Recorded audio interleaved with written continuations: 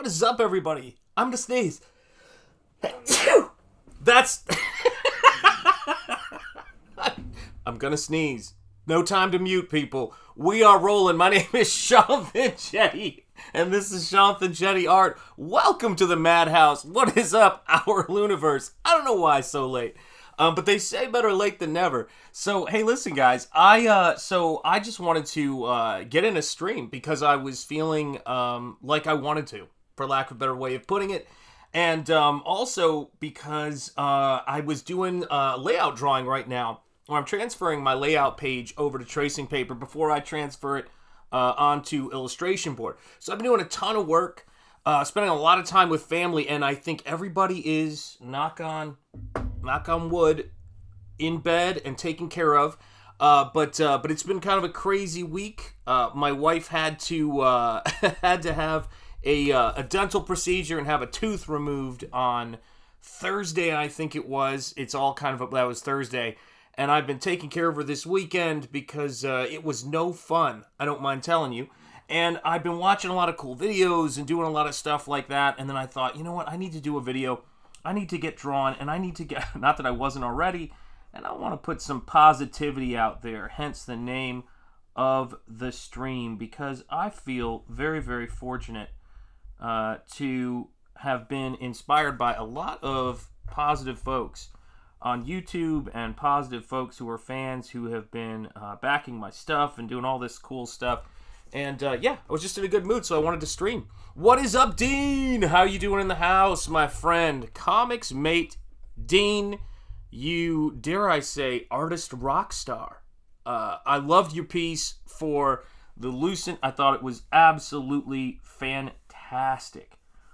And congratulations on not just, you know, the prize, you know, for the top 3 that you guys got, but congratulations on the art.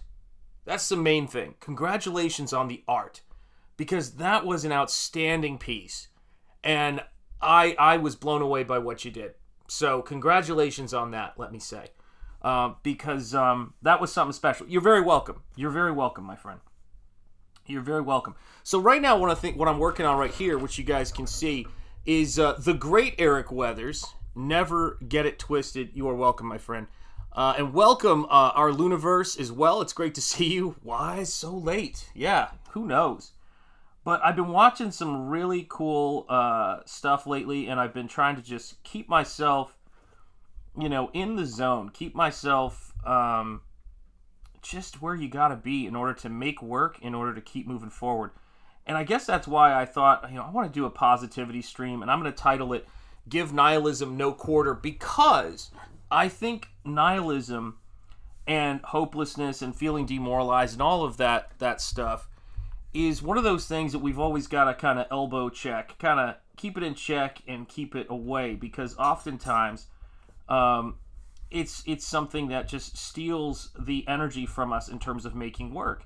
And I've got to remind myself frequently that it's the little things that really do add up and get us excited. So I've been reading a lot of books. I've been looking at a bunch of different stuff, and it's been really great for me. And then I started thinking about all of these pieces I have. Like, I was working on, my God, the painting of Insanity for Michael Bancroft. And this is not calibrated for painting, unfortunately, so may have to cheat it a little bit, put it off to the side. But if you look right here, coming off of the steps, there is this breaking wave. The color is way better when it's not blown out. But you can see, you know, it's insanity. I mean, this stuff that I'm doing on this piece is just insanity. And the goal is to make sure that it has this kind of quality to it that inspires people to, you know, check out the work and check out the book. And everything that you see here that I'm showing you guys is going to be in a future art book. It's going to be more stuff, but even more important than that, very important stuff. Hey, what's up? Let me see here. Shanth, I want to thank you for recommending those art channels. Oh, excellent. Glad to hear it. You probably don't remember. Thanks. You finally planned and started my art. Oh, very cool, man. I finally planned and started my art journey recently. Very cool. Absolutely. You're very welcome. And so, yeah, so I've been working on that, and I've been looking at all the stuff I'm doing. And speaking of SHANTH ENJETI art, I just put up on my TeePublic they actually, because of the sales I've been getting on my TeePublic, they gave me an artisan account, which means that my stuff is actually searchable. I know, right? Craziness. But you can actually search Shanth Enjeti art on TeePublic now and find my stuff. So I put up a new t-shirt. You can get it in any color you want that has my Made with Liberty in the USA design on it. There's one that's got the Nosfero logo, Nosfero the Crypt Walker on it. And then there's the Speakeasy one, the Waffle Lodge one, and what was the other one I had on there? Wow, crazy, I can't remember. Waffle Lodge, Speakeasy. Oh, yes, and the Iron Age shirt. My goodness. So all of those are on there now. So that link is the first link you have in the description, and then there's a lot of indie creators under there. But yeah, just been having a great time working on this stuff and just, trying to stay focused. Let me put that a different way. I have been recharging in such a way that I can manage the grind of doing all of this work. And that is the cool thing. And that's the thing I wanted to, just make sure I say today, which is, guys, make sure you are putting just so much positive stuff around you and into what you're doing. I can't overstate that. It's so important, guys. It's so important to keep the positivity going because it just sucks the life out of you. Now, it's like, how do I word this? It's not about look at how fun this is. Come on now. It's not about being in denial. It's not about looking at things. And a lot of times I think people view things that way. It's about having a broader perspective of things and having a broader perspective. Channel member Cranberry Langers in the house. Good evening, sir. It's great to see you. How are you doing, my friend? God bless you. It's great to see you here, my friend.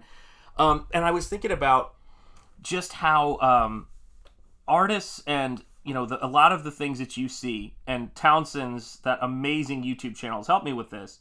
A lot of the things that you see as far as history goes, as far as, the stuff that people remember, is overshadowing a lot of regular people going about business and getting things done. And sometimes it's really important to remember that. There's, people have been going on living their lives and working their tails off throughout all manner of craziness. And it's inspiring to me anyway to look at the things that help them to do that. Those things are poetry, those things are art, those things are beauty, those things are family, those things are faith, those things are so critical, and they have helped us to kind of persevere, be inspired, and work through all kinds of things. And some days I will sit back and I will kind of just pay attention to my thoughts, like what I'm thinking, like what are the things that are going through my head. Because Marcus Aurelius, that great Stoic philosopher, once said that our soul becomes stained by the color of its thoughts. And I was thinking about that a lot today, and I started realizing, man, I was getting into a little bit of a negative kind of zone. And it went beyond looking at something and saying to myself, look, well, things aren't perfect. I mean, because that's the most obvious, observation you could possibly make. But I was losing sight of the things that are actually going to move things forward in favor of the things that are going to kind of get things to stop and get things to stagnate. And I started thinking about just reconnecting with the things that inspire me, reconnecting with things like, family. I went for a walk and just sort of took in some fresh air, all of that kind of stuff. It's so important, man.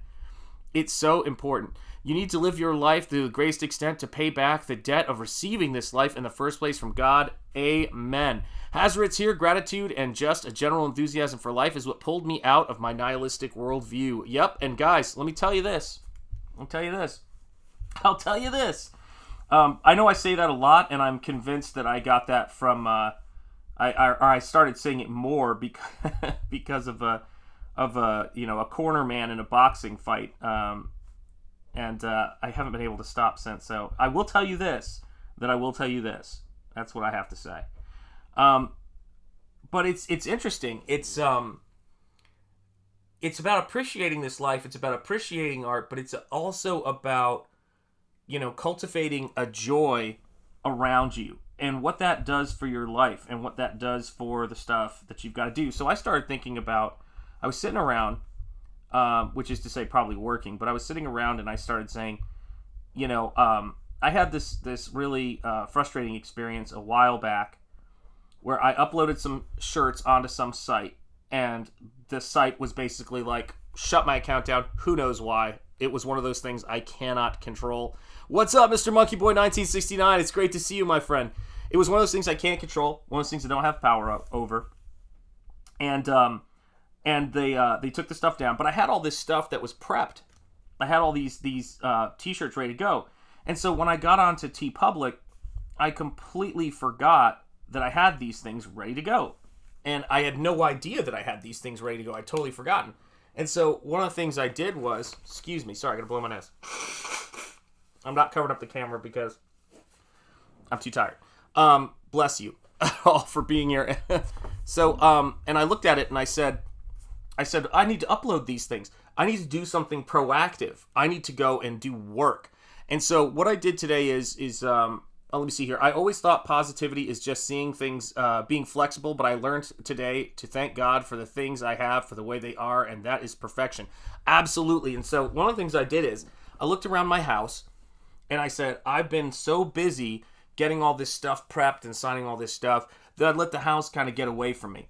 And while my wife was there recovering from this having this tooth removed, and she was not in happiest camper in the world because she couldn't eat, and she couldn't, everything was kind of painful, so she was having to do a lot of pain management.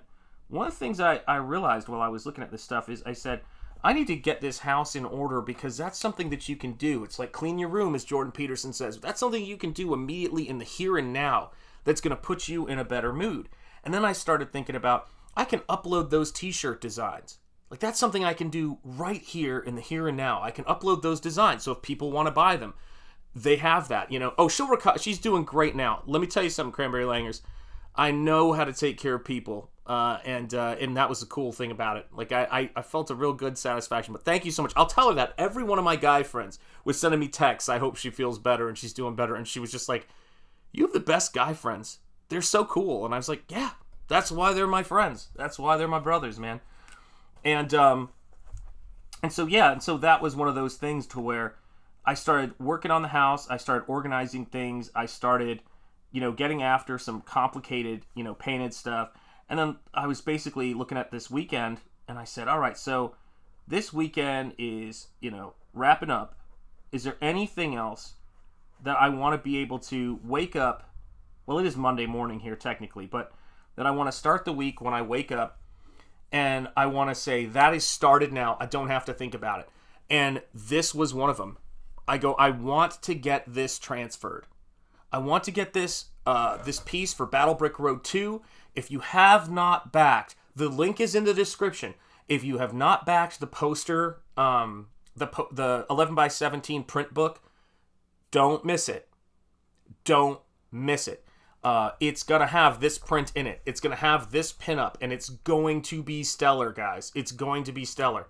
The stuff I'm doing right now, and this is going to sound, I hope this doesn't sound too terrible, but the stuff I'm doing right now, I'm going to drop the saturation down for this piece just so you guys can see it a little better. But the stuff I'm doing right now is stuff where I feel like I can go to my grave satisfied as an artist because of the way this stuff is coming out. There is some just sick detail in this stuff. I mean, the way that the waves are or the water is breaking off of these steps, or these stairs are kind of washing into water, is one of my favorite things I've probably painted, and it was all about bringing this to the next level, taking it to the next level.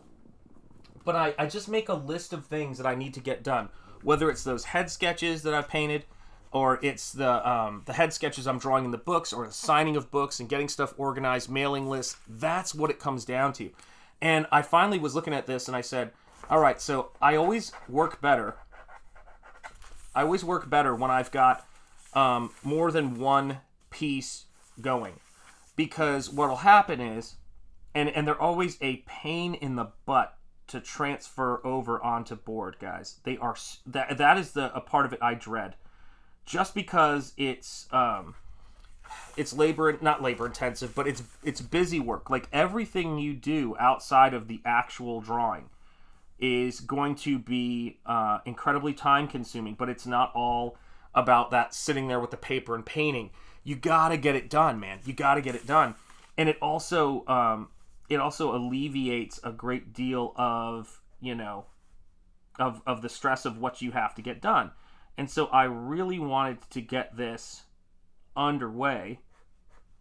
And I just said, all right, go over to the printer, scale this up, scan this in, scale it up, organize, the layout, figure out how it's going to go, and then just attack this thing and get it together. And that's exactly what we're doing tonight, man. That's exactly what we're doing here, We got to make this happen. Cool. I forgot what this piece was for. It looks gorgeous. Thank you so much, Cranberry Langers. This is for Battle Brick Road 2. This is for the print set. And this is like everything in Battle Brick Road 2, everything in Nosfera the Crypt Walker. Thanks again, guys. As I pack these books up, I am so grateful for the whole project and how it's gone, man. It's exciting. But this is the thing about it, is that this stuff is beautiful. This stuff is about, optimism. When I do artwork, I want it to be something that you guys can pin up on your wall, which is why one of the things I'm most excited about with Nosfero is because we hit a certain level on our funding goals. I printed up giant postcard prints of the cover. So if you want to tack the cover to Nosfero on your wall, you have got it, man. Oh yeah, I'm telling you, man, I'm so excited about this. So everybody who backed Nosfero is going to get the exact same size as the book, a print of the cover, only it's not a book. So you can just pin that thing up on the wall. So if you feel like you just want to look at it or have it where you work, you've got it. And it's the same thing when people see the Made with Liberty in the USA. I made sure I got a t-shirt design up on my TeePublic. The link is in the description for anybody who wants to buy that. It's there. So when people see that stuff, heck, there's even a t-shirt now with the Nosfero, the Cryptwalker logo that you can get on any color of shirt. So for those of you guys who have been waiting to kind of go, hey, look, I've got a t-shirt for Nosfero, you can now get one on TeePublic, on my TeePublic store. And my TeePublic store, as of today, as of this morning, is now searchable. So that is really, really great. And that's something that we achieved because you guys have been supporting the stuff over there. So much appreciated. I guess what happens with TeePublic is they review the stuff that's on the site, and then if they think it's of a certain quality, they, because I guess a lot of people put junk or stuff that is not their own on there. If they decide it's of meets a certain whatever it is, who knows, then they make it searchable on the site. So it's searchable now. So you can find all this stuff, which is great, man. Shanth, I want to say, you're a wholesome guy. Who can be mad at you? Here's what I'd say to that. Thank you so much, our Luniverse. I appreciate that. Here's the thing about all of that stuff. If you do, how do I put this? One bit of advice I give anybody is anything you do and anything you put out there, if you put something good out there, people who hate seeing that stuff are going to be, are going to have a thought on this and have to, bring it down and are going to hate it. It's like, it's the weirdest thing in the world, right? Vampires don't like crosses. There's one for you. You know what I mean? It's like, who could have a problem with this? Well, vampires do. There's all sorts of different aspects of that. And I've been amazed when I watch sites that are so completely wholesome, where people are so positive. You could think, well, who could get mad at this person? And somebody gets mad at them. And you have to just say to yourself, put the positivity out there. Oh, thank you so much. I appreciate that, Cranberry Langers, and you guys are so great. I appreciate you. But, it's a funny thing because I was talking to somebody about this, and I said, when every now and again we'll get some rough news, man. We'll hear about something, that's happened to somebody in our community that just makes you go, why? And it's tough, somebody young, passing away or something like that, and it's just, that stuff can be really, really tough.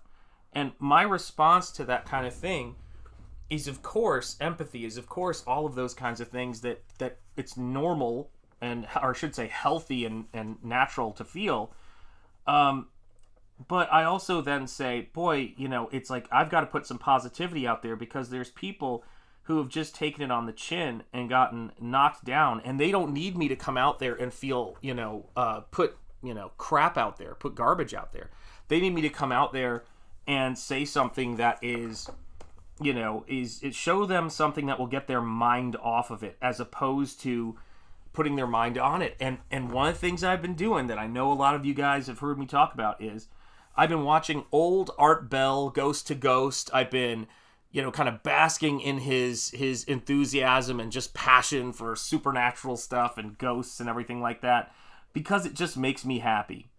Because it makes me smile, and it makes me laugh, and just kind of looking at just cool stuff. Like I was looking at the Universal Dark whatever it's called, Dark Universe that they're building in Universal. What's it called? Epic Universe is, I guess, the name of the new theme park they're doing in Orlando.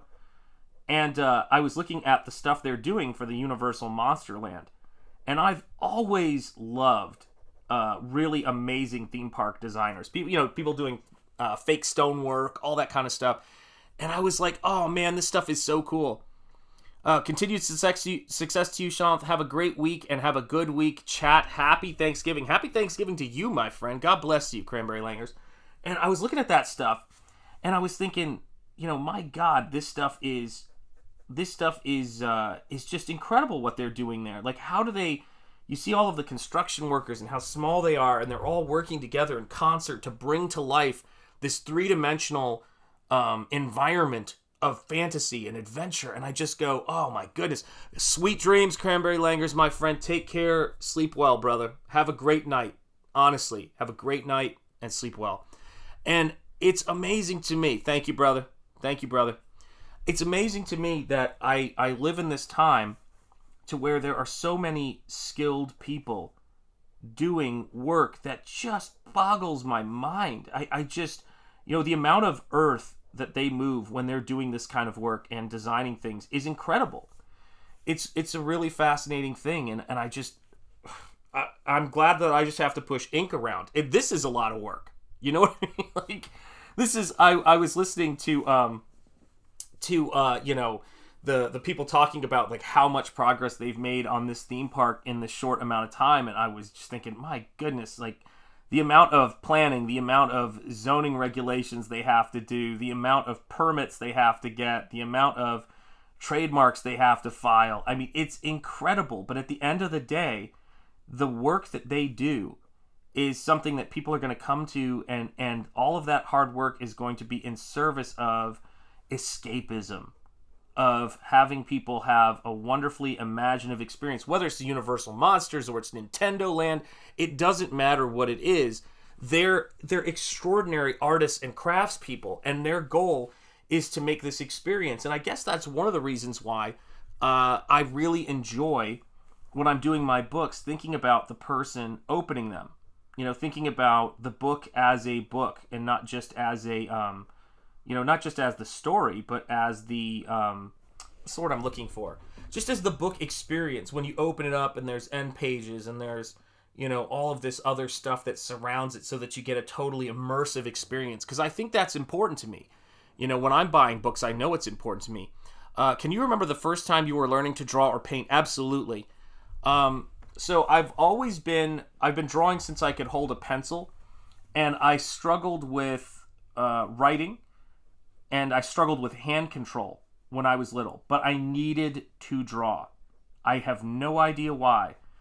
But as far as painting goes, my brain never understood painting. It never understood color. It never understood painting. And every time I tried to paint, I didn't understand what was happening. Like it was like my brain could not fathom it. And then I had someone explain color to me in a very simple way, which is you don't have to use every color you have. You can just use a few colors. What is up, Michael Bancroft? What is up, Dan? How are you doing? Yes, or How to Train Your Dragonland, which looks amazing. LOLO. Oh my gosh. And Phil is in the house. It's great to see you, Phil. Let Michael, I don't even know what's even happening anymore. But let me share this with you, man. This is one of the parts of this painting where it's just going completely insane. Let me see if I can get a good angle on it. Maybe if I turn off the light now, that doesn't help. But this is a absolutely insane part of the painting where the stairs are turning into water and waves and crashing and breaking and doing all of this insane stuff. So this painting has gone completely bonkers, and it continues to go bonkers. And it continues to find new ways. But I've been working on it all day, really. And, yeah, it's ongoing. So Eric's getting a little bit of love right now, but that's what I've been doing since I woke up. Diesel, my brother, it is great to see you. What's up? There's my man, Diesel. It's great to see you guys. So, yeah, so I've been working on that all day, and then I basically said, the weekend's over. It's technically Monday. 111, guys. Make a wish. 111. And I said, what's something that I want to do to end out this day, end out this weekend, so that I can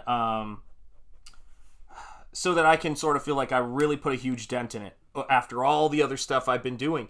And the thing I came to is I want to start the process, and the evolution of getting Eric's piece, the layout blown up and then inked onto trace so that I can then transfer it over onto paper. So that was the big thing, man. Let me say this, man. That painting, Lauren keeps looking at it. My missus keeps looking at it. And she says to me things like, she's like going, how, like, where is this? Like, what are you doing here? Like, this is insane. Like, for example, I'll show you one really crazy part right there. And it's not showing up as well as I'd like it to. But just there's something happening right there with the texture of how these things are forming and coming together. And it's almost like every single thing, like the amount of times certain characters are appearing and the amount of, I wish it wasn't so blown out, but I've got the camera set for tracing paper. But just the way that this highlight sort of wraps around and breaks, and you know, there's going to be the bucket from the well, and the well is disintegrating. There's so much stuff, man. But it's weird, man. It's like when people see this painting, it's going to be, it's exceeding my expectations for the painting, man. It's absolutely crazy. And you're right, it is like a total trippy dream. Hello, my brother. Good to see you too. Look at all this. Yeah, man, it's crazy, man. I know what you're saying. I hear you.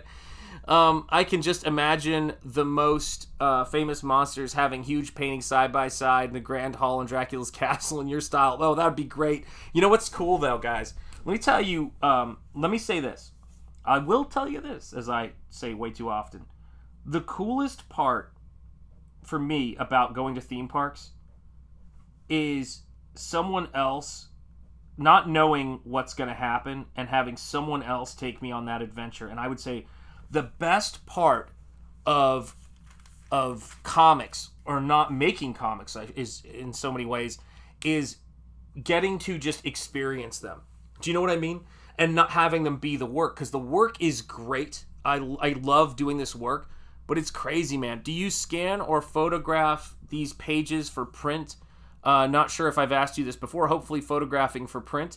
Actually, I scan them, but I have a super high-end scanner, and I do, what's the word I'm looking for? I don't know. I can't even describe my process now because I've gotten it down. But for right now, I've scanned all of my stuff in the past, and I just have a crazy process of working to bring out the colors. I mean, it's a lot of work to get those colors to reproduce how they need to. And yeah, I've got it down now, but it's craziness. Because, and I'm not, how do I word this?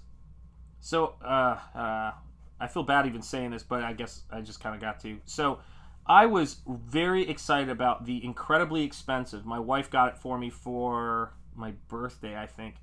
But I was really excited about the Frank Frazetta book. And I've actually seen Frank Frazetta's originals in the museum up here, at several museums, actually. Oh, no, one museum is where I've seen Frank stuff. And that was the Peabody Essex Museum. And the Frank Frazetta book, whatever process Taschen used, they're too dark. Way too dark. That is not how dark those paintings are. So much detail is lost. And they spent so much time meticulously rephotographing, getting the best resources, putting all this stuff together. And I'm telling you right now, the colors are too dark. When I got that book and I started flipping through it, it was kind of heartbreaking. Like you couldn't see the colors. You couldn't see the detail. And I've seen a lot of reviews of it, and I know people, like the book. I'm glad it exists. Channel member Jeremy Burtz, how are you doing, brother? It's great to see you, man. Hail to you. And I just think it was so frustrating because I wanted it to be I was hoping it would be, as it was said, the definitive book on Frank Frazetta. But in the end, I kind of just felt like it was, there were books that reproduced some of those paintings better, and that was a little bit gut-wrenching because I was just thought, it could have been better. It had some really great stuff in it, but way too dark. Way too dark and a little oversaturated. And I hate to say it, but I own the book, so, and I flipped through it, and I was just like, dang it. Because it's really hard to see the artwork. It's just too dark. And I hope that, they can sort that out one day but I mean, again, it's tough because it's not like they're going to give it away for free to people who already have it. But it was just way too dark for me, man. And like I said, I've seen those originals, so always frustrating. And I didn't want that to happen with Nosfero. I wanted you guys to get the book and be able to see the artwork. And man, when I ordered that second print of the proof of the book, the reason I ordered that second proof is because the colors weren't right. And I told my wife, I said, babe, if the colors on that first proof aren't good, or if the color in the proof isn't good, I will pay for as many proofs as I have to pay for to be 100% satisfied with what it looks like. And I think that's probably the biggest part of doing this kind of stuff is you've got to really work on the proof and you got to make sure it looks good. And all of that stuff takes time and energy. That's why, again, just speaking of stuff that really inspires me, man, that's why I get so inspired by the theme park designers, because they're working in 3 dimensions, man. They're putting this stuff together in 3 dimensions. It's crazy. And they somehow make it so majestic and beautiful. Their composition is the landscape. I've often said that the thing I like about theme park design and video game design that people don't think about is that it's video games and theme parks are not narrative. They aren't narrative storytelling. And whenever you say that, people go, "What are you talking about? There's storytelling in video games." And I'm like, I didn't say there's not story. I said there's not narrative storytelling. What happens in video games, not always, some may have a narrative end, but what video games do that nothing else can do, what theme parks do that nothing else can do, is they do ritual model storytelling. So they are very ritual. They're based on the environment, they're based on tasks, they're based on the order in which you do things, and they alter the psychology by what they do to you when you're within the space. And there's something that is incredibly interesting because so many different people can go through a video game and have their own experience depending on how they want to play and experience the situation. So here's a really good example. When you play chess, there's playing chess. There's the game as it exists on its own. But then there's playing chess with your grandfather.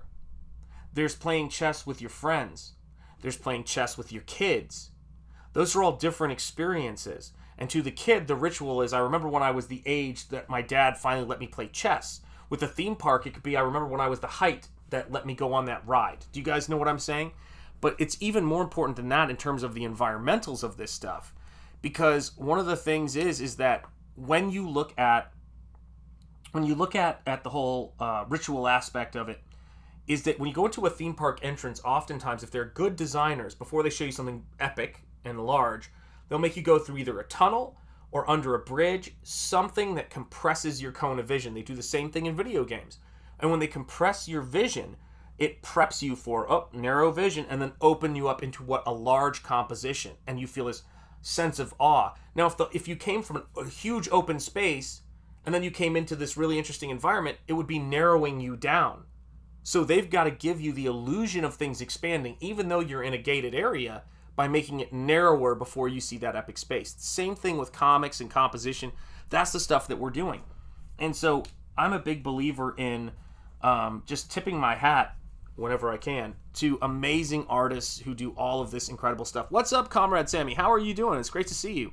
So make sure when you're doing, when you're looking at that stuff, really enjoy the experience. Really put that stuff in there that is, or really enjoy what it's for, what it's there for, which is hopefully some kind of escapism. But when I remember, most people I know, when they talk about, you know, the games that they play or the theme park experience they've had, or, you know, going to conventions and things like that, getting your badge, getting in line, like all of these things have an almost, you know, ritual to them. You know, what restaurants we go to when we're there, when I visit my friends, whatever it is. Most of them are about the people they're with. They're about the time and place. They're not the same experience that everybody has, you know, and I love that. That's what I love about this stuff, man, you know, and that's what I would encourage everybody to do. You know, I'm doing great. I'm here with you guys. I'm here, I'm working, I'm alive, and that is outstanding. You know, it's really the little things, man. It's the little things that ultimately make it all worth it. And I've been pretty fortunate that as I work and as I evolve, you know, the various things that I'm doing, I think I'm doing probably the best, well, I would say without a doubt, but I'm doing the best work that I've ever done, and my skill set is where it is. And I started thinking, you know, today I was going, man, I feel I'm really tired with drawing and painting at the moment. Not like I don't want to do it, but I mean, I put in a full day on a bunch of stuff. And sometimes I need to switch up my work, if that makes sense. Sometimes I need to switch up my work. And so one of the things I started doing is whenever I need to switch up my work, I bring in another art form. So this morning I woke up and started trying to teach myself Christmas songs on the violin by ear. So that's what I did when I first woke up. Then I did the dishes, cleaned the kitchen, cleaned the living room. Then I came over here and sat down, and I probably worked on Mike's painting for, I don't know, gosh knows how many hours today on the Lucent. Then I did the dishes again because the sink filled right back up because I got teenagers in this house. And then I started working on my novel today, started working on my book. And then what else have I done today? Just a bunch of different stuff. Reorganizing my space for fulfillment. And then I started transferring this. So I try, whenever I can, I try to get as much as I possibly can get done in a single day. Like that's really what I try to do. Oh, and you know, this weekend I went for a walk with my wife, which was great because she had just had a really quite painful dental procedure done, and she was not feeling great. She was swollen. She had stitches in her mouth, which, you know, are always unpleasant if you've ever had to have that done. And so I said, let me take you for a walk after a couple of days. Made her stay home from work because she was in no condition to try to talk in front of people. I mean, she was in pretty rough shape. And I said to her, you know, hey, let's you know, I took care of her and all of that stuff. So it was a very productive weekend for all of the right reasons. And that's the kind of thing that I don't know, man. I just feel really grateful about that kind of stuff. You know, yeah, where is John, Comrade Sammy? I don't know where John is. We gotta wonder.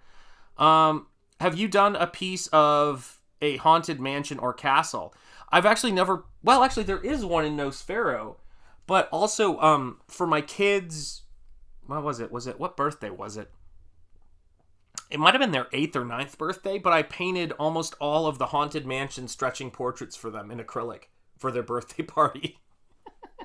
When I was an insane parent, man. What's up, Plush? How are you doing? Man on fire. Shanth on fire. It's good to see you, Plush. God bless you. Michael D. Chick, it's good to see you, man. The psychology of creativity is interesting and poorly understood. I got into it a little working on is it AI music? I'm assuming it's AI music because here's the problem, Michael D. When I see that, sometimes I think I read it Al. Because it doesn't have the crossbars. So I'm like, on owl music. And I'm like, that can't be right. It's not owl music. Dude, I'm telling you, man. Oh, it's rough. I try, Mike. I really try. I try to read. It's crazy, man. But no, I mean, it's a funny... Human beings are really funny, man. It's like, we gotta do stuff that makes us feel productive, even if it's like people sometimes put a very high bar on the most romantic kinds of productivity, but for me, you know, keeping your studio space or your house clean and taking care of people and helping people, you know, when they need help is to me just one of the best forms of feeling productive. And, you know, doing a great job when I get commissioned to do a piece, whether it's a head sketch somebody's backed or it's one of the guys who's got me working on a piece, it's really important. And with Michael's piece and with Eric's piece, the goal is to make the money. The goal is to make it great, you know? Okay, go to bed and have a great night's sleep, Luniverse. Take care. Yeah, Owl music. I know, I was thinking of Weird Al for some reason. Al was a hell of a musician, says Michael. Yeah, I know, man. Yeah, it's one of those things, right? I can't. It just cracks me up sometimes when I'm reading stuff. It's so. It is an experience, man. It is an experience. Just want to double check something real quick. All right, just making sure I wasn't misreading what I did there. I mean, with all this stuff, it honestly is just it's just a little template. Like I change it so much once I start adding paint to this. I mean, the composition hopefully will stay where it is, but these things change so much. Like, there's a pinup I'd love to show you guys that's going to be in Malin's Visions book. Not the one I did of my character, Lascivia, but a pinup I did for another creator.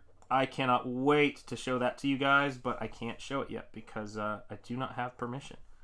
So, sí, pero no tengo permiso. It's annoying, but it's great because then it's a surprise, and that goes to a lot of what we do. John was actually, Malin was actually really cool about when I was doing the Lascivia piece for Visions, because he went out of his way to send me a nice message and said, hey man, you can do that on stream too.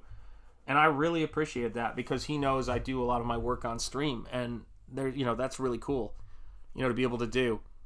I know. Hey, listen, if it don't make dollars, it don't make sense. If it don't make sense, it don't make dollars. It's the same thing, man. And I need it, like, I should hold it up here because you probably get a better sense of the density, visual density of this. Yeah, you cannot see it as well as you can see it here. Do you see what I'm saying, man? Look at that. Like, you can really get a sense of what this painting's about when you see it like this. It is sick, dude. It is a sick painting, dude. Come on now. It's like putting brush to canvas and putting pigment onto a surface to make things is just bonkers. It's a different animal completely, because I do digital work and I do traditional work. And I do ink work and I do paint work. There is nothing more complicated than doing painted illustration work. There's not a lot of people who are doing it. Not anymore. I'd like to think that there's going to be more people doing it, but digital is, it's not even digital. It's just, I mean, it's always was pen and ink and all that stuff, but there's so many things about it that are difficult. And I can speak from experience because I was terrified of doing, color work, let alone traditional work. I mean, this is the funniest. Like, I will tell you this: if there's one thing that makes me convinced that I'm gonna write a fiction novel, and it'll be successful, it's the fact that it would be the funniest thing in the world, and my life has taught me that hilarity will ensue. It's not because, like I was reading it to a friend of mine the other day, and he's like, when am I going to get the next chapters? And I'm like, dude, I've got Nosfero, I've got Spring Ball stuff to do, I've got, the Lucent. Thankfully, I've got Ghosts of the Badlands for Razor Fist is all locked down, and he's got that piece, and that's ready to rock. I've got this piece for Eric Weathers.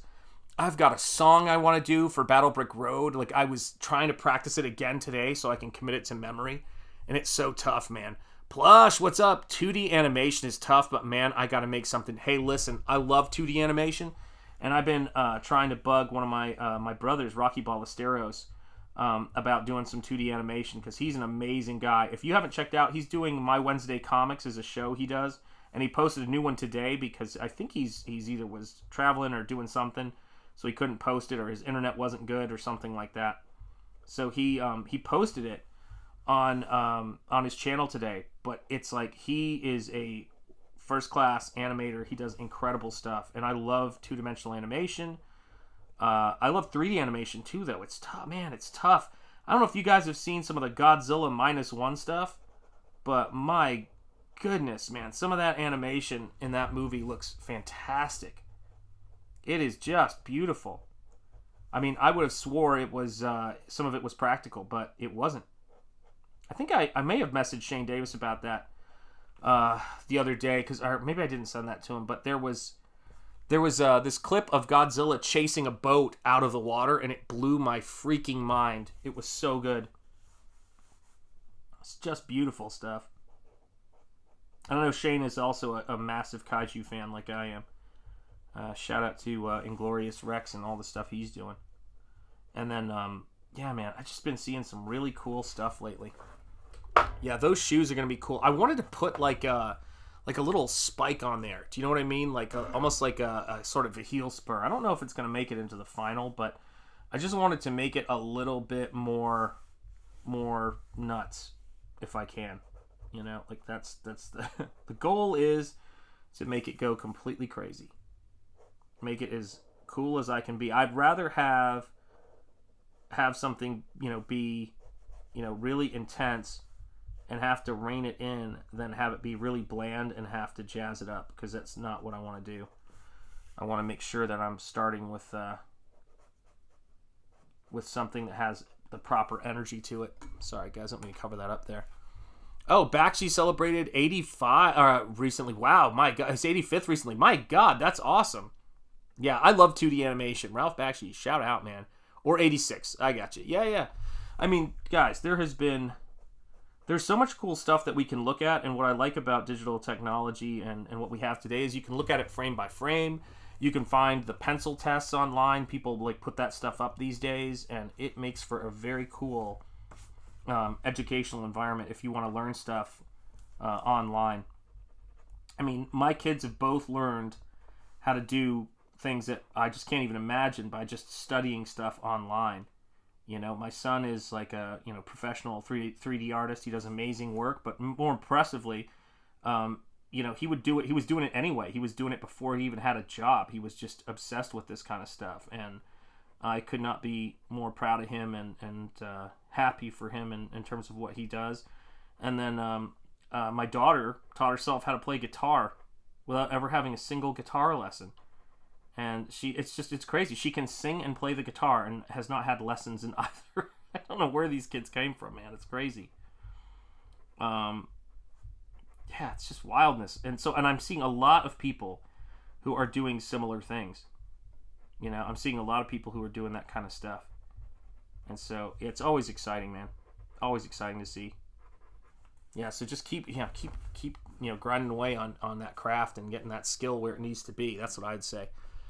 Never stop with it, because it's going to make for, a much brighter and much more exciting future the more you have that stuff. And who knows where it goes? Who knows if it's going to be... I try not to think about that as much as possible. I try to think about, having some kind of, plan or some kind of idea for what I'm doing, to be sure. But I try not to get too, wedded to...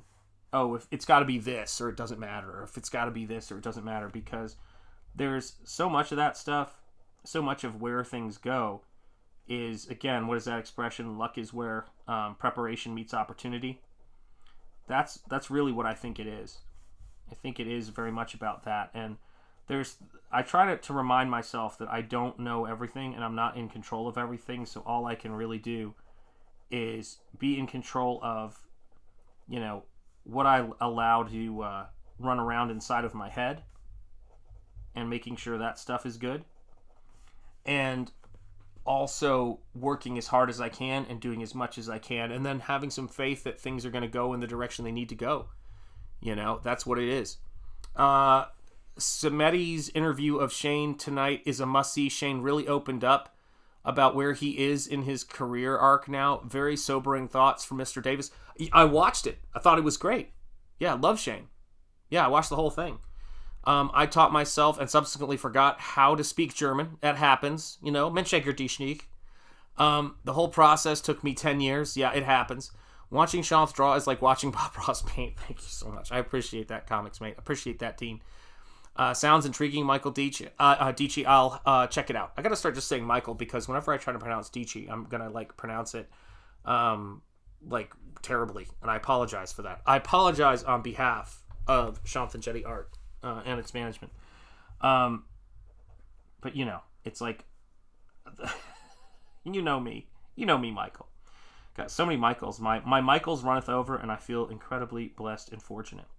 Yeah, I mean, it's I like Shane a lot, is all I'm gonna say. I mean, it's the simplest way I could put it, man. There's a lot of creators out there that whose work I'm very excited about, and whose work inspires me, and Shane is definitely one of those people. And yeah, Shane is a realist, and I think that's great. I will tell you this. How do I word this? I feel more comfortable when I'm around people who are realists who can dream big, if that makes sense. You know what I mean? Realists who can dream big. C'est la vie. Exactly. It's one of those things. And yeah, Shane is... it's so funny too, right? Because the conversations I really enjoy having with people, sometimes you know, you get people like Pete is let's talk about this for a second, because shout out to Shane. Watch that on that video, you're gonna love it. But let me say this is big. Pete Samedi is a great interviewer.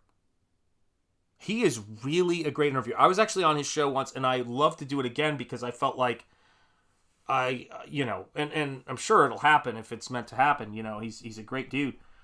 But man, Pete is just a world-class interviewer. And I mean, he knows how to open up and you know, just let people like talk and do what they're you know, what they're going to do, and the conversation, you know, can go a lot of different ways, because Pete is so good at what he does. You know what I mean? He's so skilled, man. Paulus Arts, I agree about Pete 100%. Paulus Arts, you're right. I mean, and hail to you, Paulus Arts. He is a great interviewer. He's a really great interviewer, and he's very passionate about comics. And what's cool about Pete is, when Pete says something, he's always coming at things from a realist perspective, because Pete has been in the game for so long, you know, and Pete really loves comics a tremendous amount, and it gives added weight, I think, to his thoughts on things, because what's the word I'm looking for? There's so many, you know, there are many things that I would like to say to Pete, but I don't know how. And maybe he's going to be the one that saves me. Pete is just a really good egg, and he has a wealth of knowledge, wealth of experience, and he is still so incredibly passionate about comics. And he has seen it, you know, and Alterna has seen it, and through so many different highs and lows. And I think more than a few of my friends have been interviewed by Pete, and he's just great. And him and Shane, that interview was a really great it was a really great pairing. Because I just don't think that Shane's I mean, if you've met really complicated, interesting artists, you know him when you see him. And I know Shane is he's got that artist soul, man, that artist heart, and he's passionate about this stuff, and he's realistic about this stuff, but he's you know, he's just he's like me, man. In one way, he's definitely like me. When I saw that interview, I was like going, yep, I get everything he's saying. Just, it was great. It was great to see. There we go. Yeah, I gotta tell you, I've not drawn enough.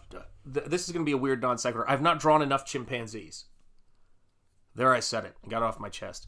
Love Pete's interviews. Jay at Desolate Souls is also a good interviewer in this space. Very cool, man. Yeah, I love that stuff, man. I love when it's weird because there's something to be said for watching a conversation where everything just kind of slows, and you really get to listen to it. Like Joe Rogan is really good at that. He's got one of those popular podcasts, period, I think. And there's certain people who can do it incredibly well. Art Bell was really good with his radio show. I know I've been talking a lot about Art Bell lately, but it's because I've been watching a lot of Art Bell. And that's one of those things that, is just amazing to see. Bob Ross was amazing at it when he was doing his paintings. He would talk and people just come in there and go, that's what it is. Great, now I have Oasis stuck in my head. It happens. Killing me must run by 1969. Yeah, hail at Comics Mate Dean. Yes, and exactly. Yeah, Jay is good. Yeah, I mean, and when I watch Townsend's, when I watch any of these channels that are a little bit more of a slow burn, and they're just letting they kind of like they've got their own thing down. There's something that's really nourishing for the soul, and I think that Pete with Comic Book Radio is, I mean, Pete has done a lot of stuff, and far be it from me to ever say, oh, Pete, I think this is whatever, because Pete knows what the hell he's doing with that stuff, and he's finding it as he goes. But Comic Book Radio is one of the most perfect venues for Pete ever. He's so great with the radio stuff, and he's just such a natural at it. And he's like his interview with Razor Fist, his interviews with, he's so knowledgeable about so many different kinds of things that he's able to have a conversation with people without imposing his interests in order to get himself onto comfortable ground. I'll give you a really good example. Is that when people are not knowledgeable about a lot of different subjects, what they tend to do is make it about the thing they want to talk about. So to a hammer, everything's a nail. So if they want to talk about, I don't know, if they want to talk about politics, they're going to find a way to force it onto politics.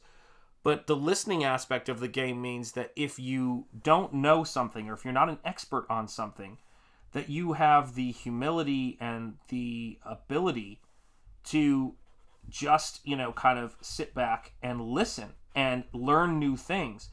And it's very difficult when you don't have that ability to actually have good conversations with people unless you know them really well. But then sometimes when you know somebody really well, or you think you know somebody really well, you end up having the same conversations with them over and over and over again, and you don't learn anything new. And Pete is just the kind of person where, he's just really great at what he does. Really great at what he does. He's really great at thinking on his feet. And I actually got King Cryptid on the PDFs of King Cryptid, which are available at his site. God, I wish I'd put that link in the description here. But yeah, really cool stuff. I was trying to think of what there was an issue of King Cryptid that, and this is I mean this is high praise, Pete. So if you're seeing this later, brother, I hope you take this only as a compliment, because it was a formative comic for me. But there was one of the issues, maybe even been was it the first or second issue of King Cryptid, reminded me of one of my favorite single issues of a comic, which was Hulk 340 with Savage. With the Savage Bull, and Hulk meets him, and it's just about these two monsters having to deal with the reality of human society. And it's great, man. It's great. Yeah, everybody's saying hail, hail. Yeah, I am terrible at conversation, but I avoid it. This is good advice. Yeah.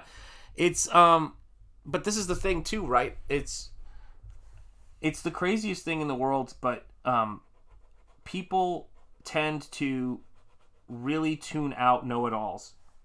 They really do. Like a know-it-all is appealing for, they have a short shelf life, because here's the problem with being a know-it-all, right? Or I'm sorry, pontificating like you're a know-it-all all the time, is that when you're wrong, the people who take the most comfort from what you're doing are the first to really turn on you.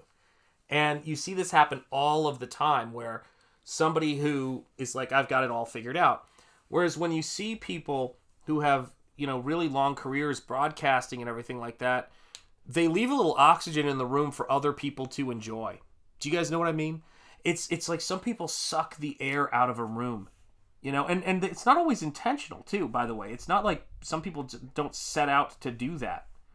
But it's something that takes a little bit of practice to not do that, and to make sure that if you're having a conversation, like, I don't understand, like, I've been listening to Art Bell now since Halloween, basically, because I just was listening to Ghost, and I'd heard about him before, and I said, I'm going to try this out, let's listen to some Art Bell on Halloween. And he could talk to a million different people in one evening, random people calling into his show, and he was just like, he knew when someone needed to, someone was just, nope, this isn't working, you're wanting to talk about something that's not, what we're talking about, or these are the rules, or whatever else. So, he had to manage a lot of different stuff. But man, he really knew what he was doing, and he created this place where people would come in and from all walks of life, and they would feel very relaxed there, and they knew who Art Bell was, but they didn't feel like Art Bell was telling them who they were. And I think that's massive. Holy cow, 22 people in here? What the heck is going on? It's great to see you guys. Sorry, my eyes are watering like crazy. Allergies. What can you do? But it's great to see you guys.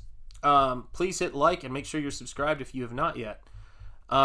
So one of the things I've been really working on with, when I think about this stuff, is listening to people who are great broadcasters and know how to do that. I really admire it. And there's all different kinds, by the way, of great broadcasters. I'm not saying that's the only way, but that's one that I, in particular, really enjoy. I love that stuff. I love when I see people who can do, a really great job with, interviews and everything like that. What's up, Apex Comics? How are you doing, my friend? It is great to see you. Oh yeah, believe me, there will be a Shanth Enjeti art book around very, very shortly, my friend, because I want to get the more art stuff out there, because single images are something I really enjoy. The trick to being charming is not to prove you're the smartest person in the room, but to make the other person feel like they're the smartest person in the room. That's a good point. And it's a weird, how do I put this?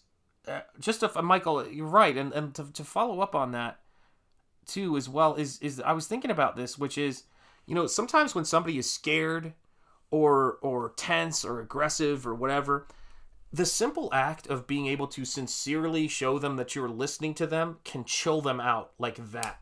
Do you know what I mean? It can calm people down like that. And I'm amazed that that it's how effective that can be. And how if you've got somebody who's, nervous to be on the radio or nervous to be talking, how by just slowing your roll, slowing down your tone, slowing down the conversation for a sec, can just put them at ease, if you know what I mean. And that's been something that I've spent a lot of time doing as a teacher. I've had students who've had very pronounced, back when I was teaching, who had very pronounced stutters.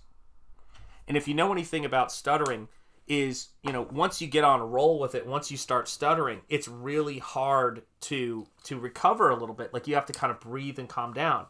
And so I would always try to help with, different tricks. I would always say, breathe. I would always tell them that, when you're stuttering, there aren't people in the room who are thinking bad things about you because you're stuttering. You know what I mean? Little things like that are important. And I think that's, I've worked with students on that a ton of times. It's an important aspect of the whole sort of teaching thing and putting people at ease. You also, though, have to kind of be able to crack the whip and say, get your stuff together, make better artwork. You can't let people use things as excuses, but you have to know, what the right balance is there. And it's something that, as I'm sure true with everything, it's true with conversation, true with all of this stuff.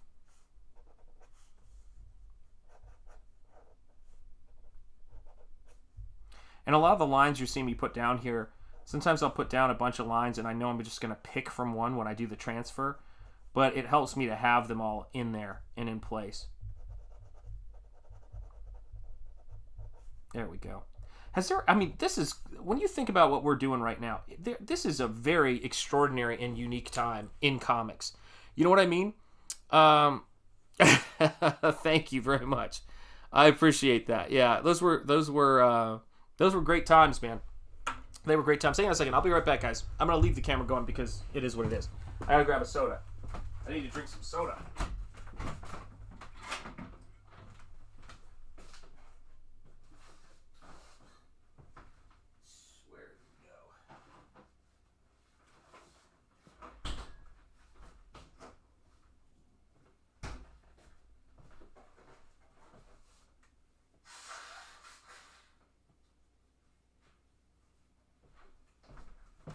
Hope you guys are minding the place while I'm out. Watch me open this soda and it'll explode everywhere. But it had to be done, man. Had to be done. Need a little caffeine.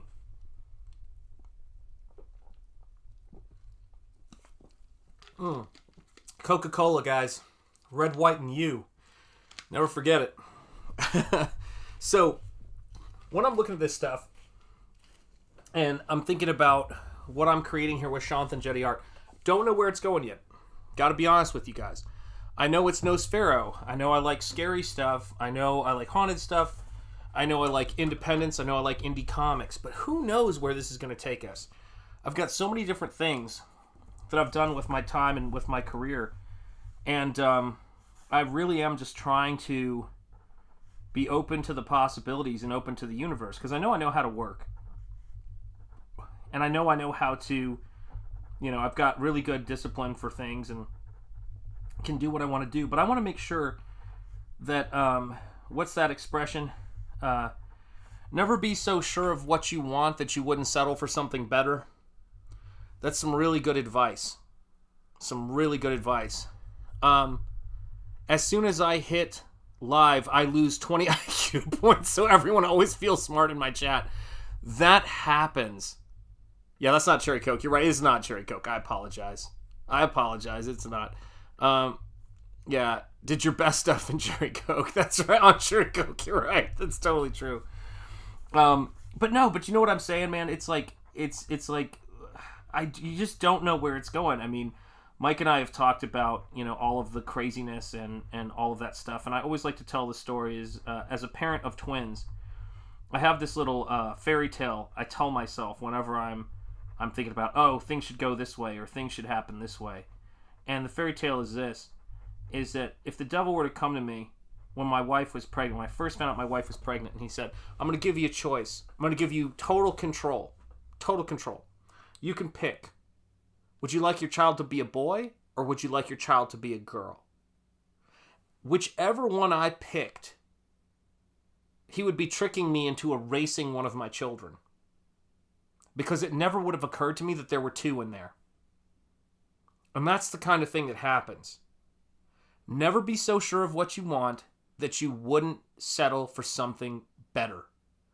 I do not know. I know I love story. I know I love hanging out with you guys. I know I love conversations. I know I like sharing knowledge, positivity, and enthusiasm. It is not for me to decide where this stuff goes. It's only for me to work.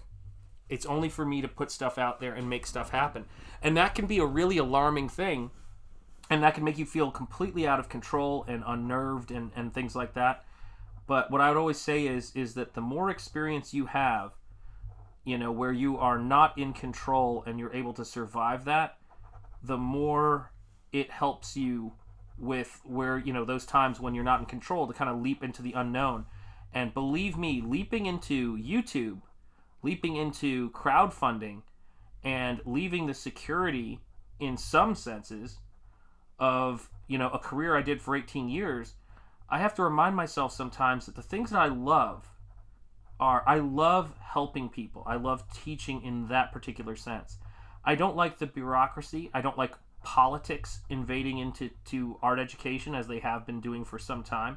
Those aren't things that I'm interested in. But I don't know. Like, if you had told me that, I was going to be a teacher, I wouldn't have believed you in my 20s. If you had told me that I was going to be on YouTube, I would have said, what is YouTube? This stuff didn't exist yet, and certainly not live streaming and all of this. I couldn't even imagine that kind of thing. And if you had told me that, I was going to be doing a fully painted comic book, if you told me I was going to be crowdfunding, I would say, what is crowdfunding? Do you guys get what I mean? There's no way I could have predicted this, which means that there's more things on the horizon that I don't know what they are. And sometimes, again, I really do believe that quote, luck is where preparation meets opportunity. All I can do is prepare. All I can do is hone things.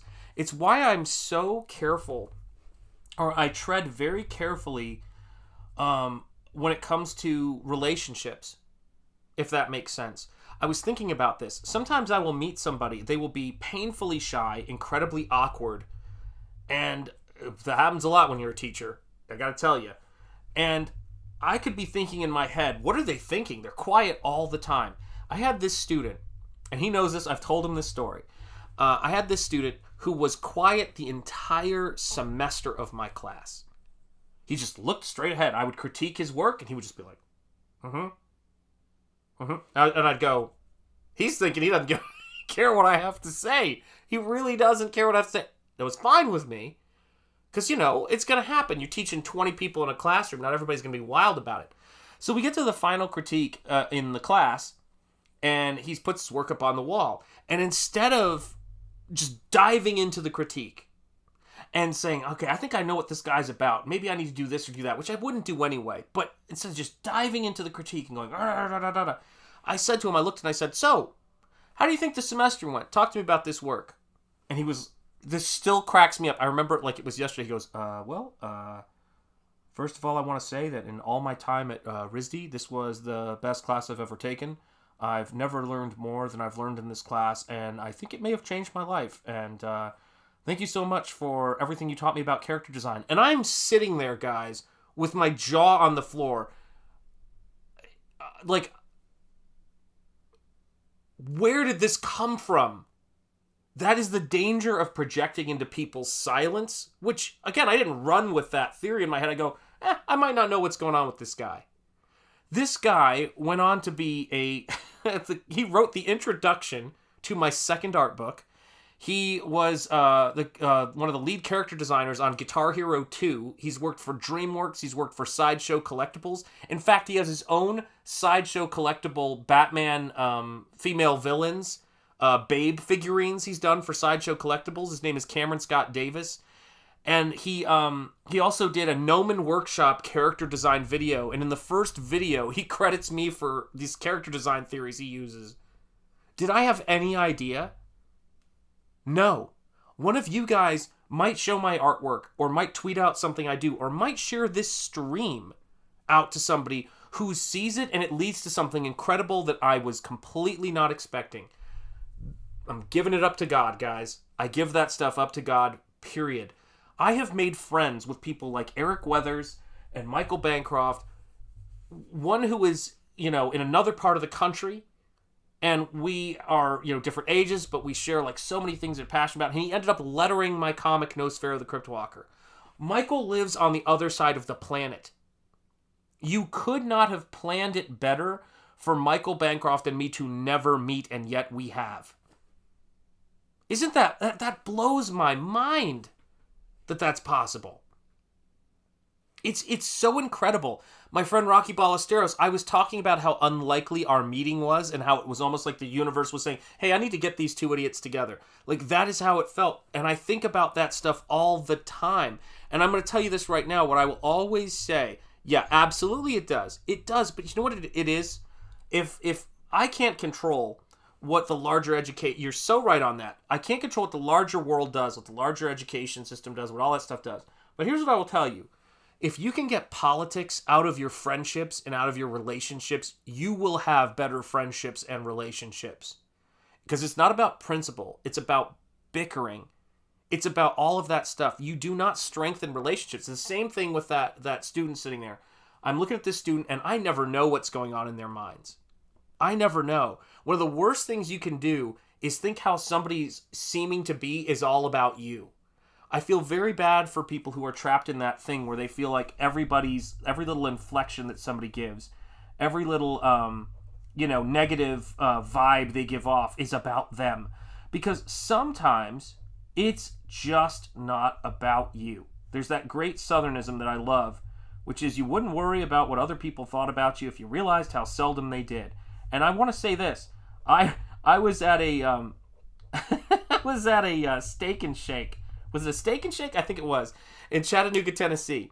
And I walked in Hickson, where I came up. And I was sitting in there, and I was there with my sister, my brother-in-law, my wife, and I was on one side of the booth, and there was this guy in a ball cap, this old guy, staring at me. And I mean, there was nothing where I was other than me. And like, he had to be looking at our booth, but he's looking directly at me. And I'm like going, okay, is he really looking at me? Like I'm like trying to figure out what's going on, because he's looking at me like he doesn't want to seem like he wants me to not be there in the world. And I'm like, holy crap. Like, what am I, like, this is so disturbing, messed up. And so we're getting out of the restaurant afterwards, and I was like, that was creepy. And my wife goes, what? Like, what was creepy? And I said, there was a dude in the restaurant from the moment we sat down who was staring me down like he was not thinking anything good. And she goes, you're just being paranoid. And my brother-in-law goes, no, he stared at Shanth the entire time. So sometimes you can be right. But my attitude was, I'm here to eat my food. That he's not my problem. He can take whatever he's got going on. I'm waiting to see it. My son, it's his favorite movie. He saw it in IMAX, and I pre-ordered it already so we can watch it together. I'm really looking forward to it. He loved that movie. Is the big monkey going to eat that girl's butt? Bad monkey. Well, this is a metaphor for myself.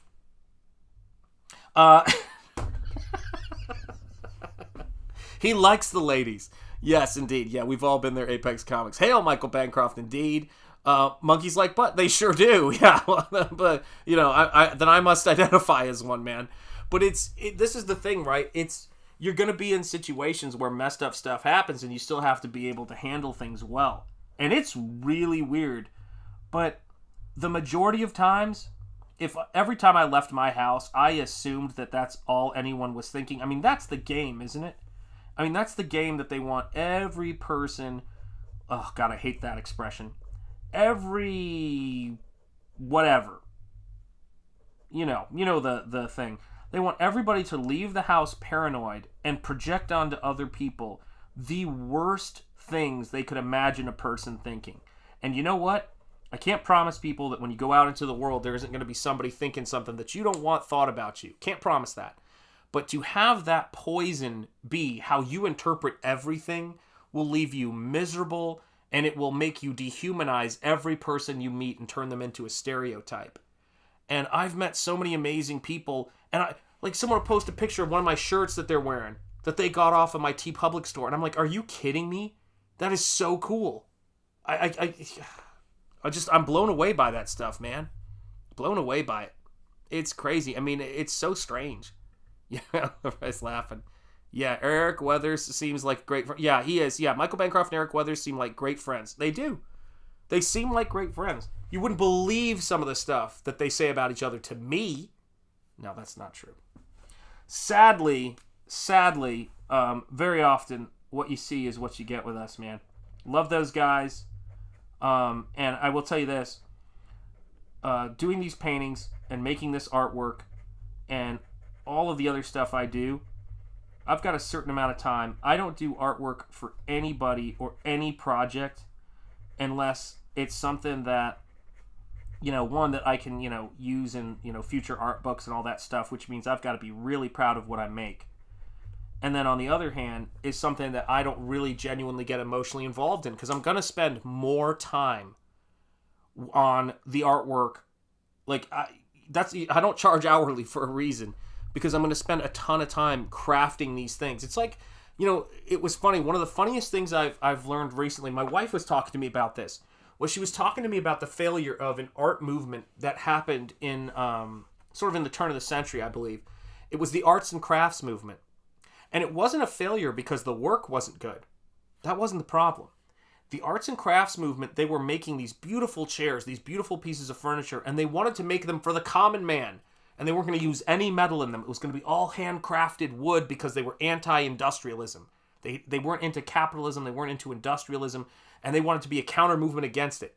And what they learned is, it took so much time and so much craftsmanship to make their work. The only people who were buying that work and could afford to buy that work were, in fact, the wealthy industrialists.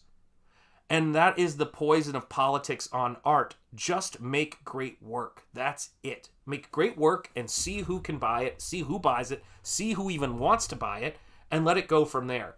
But to me, a counter movement robs the art of what it is. Show your skill and let it happen.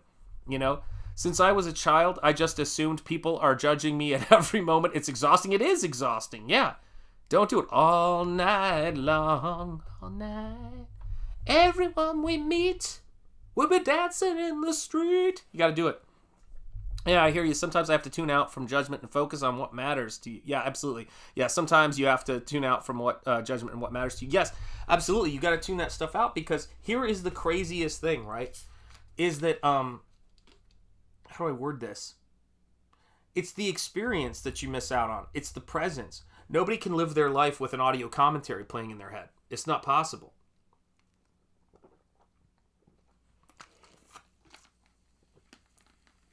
Don't do it. Yeah, don't do it.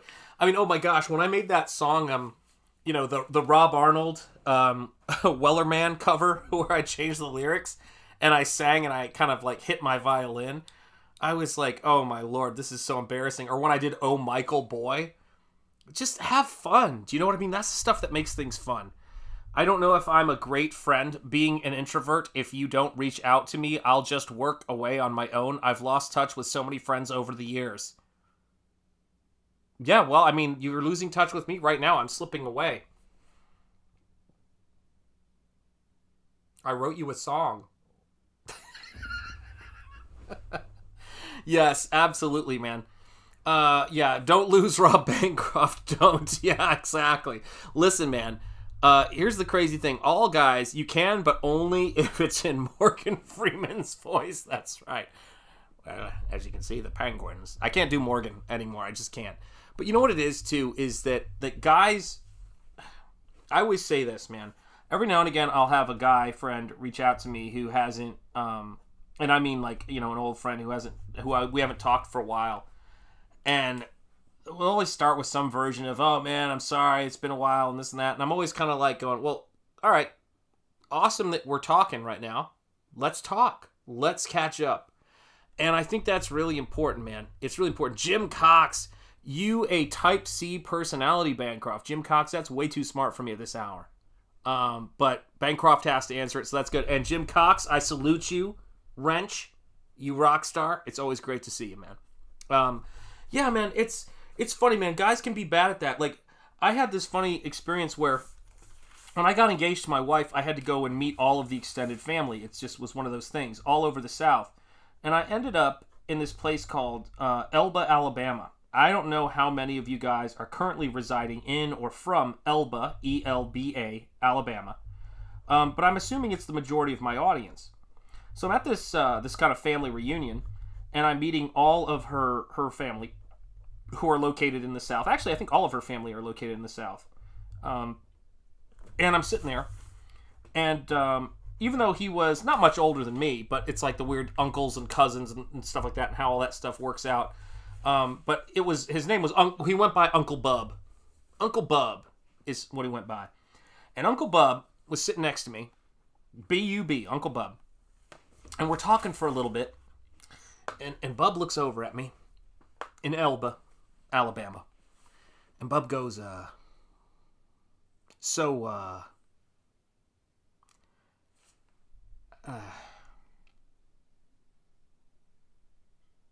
don't know how to ask you this. And I'm like, I cannot wait to see where this is going. But I was wondering, and I don't want to, I just need to ask you this, so I'm just going to come out with it. And I'm like, I can't wait, bub. Where's this going? And he just looks me dead in the eye and he goes, do you hunt? I just looked at him and I was like, only skeet, bub, only skeet. And then he bust out laughing and he goes, man, I tell you what, I don't know if you ever want to, but we'd love to take you out hunting sometime. And he starts telling me about how he works at the fair as a blacksmith and how much he loves the arts and how he likes my drawings. You just don't know where a conversation is going. I'm convinced. Sometimes maybe you do, but you don't. Some of the best conversations, you don't know. They'll come out of nowhere, man. It's one of those crazy things. Just looked it up. Jim Cox seems pretty accurate. I had an old friend, Bub. Yeah, Bub or Bubby. He was Buzzy's son. Okay, you're gonna crack up when you hear this, right? My brother-in-law who works in Houston, his boss is named Buzzy. Goes by Buzzy. Not kidding. So yeah, his boss who runs a steel company or steel business in Houston goes by Buzzy. That's my brother-in-law's boss. Telling you what, man. Telling you what. Jim Cox knows. Yep. Oh, we took some disc evaluations for work, and 80% of us were Type C engineers. Right on, Jim. You know, man. That's what it is. That's what it is. Yeah, I mean, it's amazing. It's amazing, all that stuff, man. It's kind of funny when you just put us out in the world, how so many of us tend to find each other too. Isn't that a trip? I'm amazed at how that all works sometimes. There we go. All right, that's coming along. Yeah, this is going to be a fun piece. You know what's a real trip is I've had people, because I used to just toss these things, but not lately, actually, not for a couple of years because of this. But people, when they buy original artwork, sometimes they want to buy all of the support sketches. The gentleman who bought the CYBERFROG trading card art, man, he bought the original painting, he bought the tracing paper transfer sketch, the photocopy, the rejected sketch, like all of the stuff associated with it, because that's what collectors like to do. And so, all of these things I do, I try to kind of keep them where I can get at them, because people usually will want to kind of have it all, like have the line art, because like sometimes they'll frame it with the card or whatever. So it's amazing how that stuff works. So yeah, I mean, it's weird because I would never think about this, but I sell a lot of these, man. It's a trip. Everybody saying hello. I love to see it, man. Love to see you guys in the chat. Hail to all of you. Thank you so much, guys, for being here. We are one away from 20 likes. This piece is for the great Eric Weathers. So Eric's commissioned me to do a piece for his Battle Brick Road 2 poster book. And I decided that after a long weekend of taking care of my wife, she just had to have like it wasn't a root canal, but it was a tooth that got broke by one of her wisdom teeth a while back.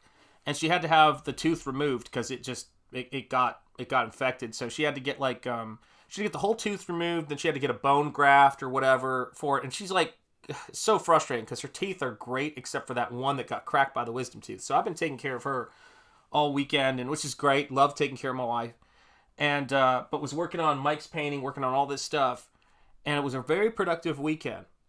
And I just said, I want to get this thing started because I like to have more than one painting going at a time so I can move back and forth. And especially when I get to the really intense detailing phase, I'm not going to put it under the light because it won't look as good. But this is Michael Bancroft's painting right here.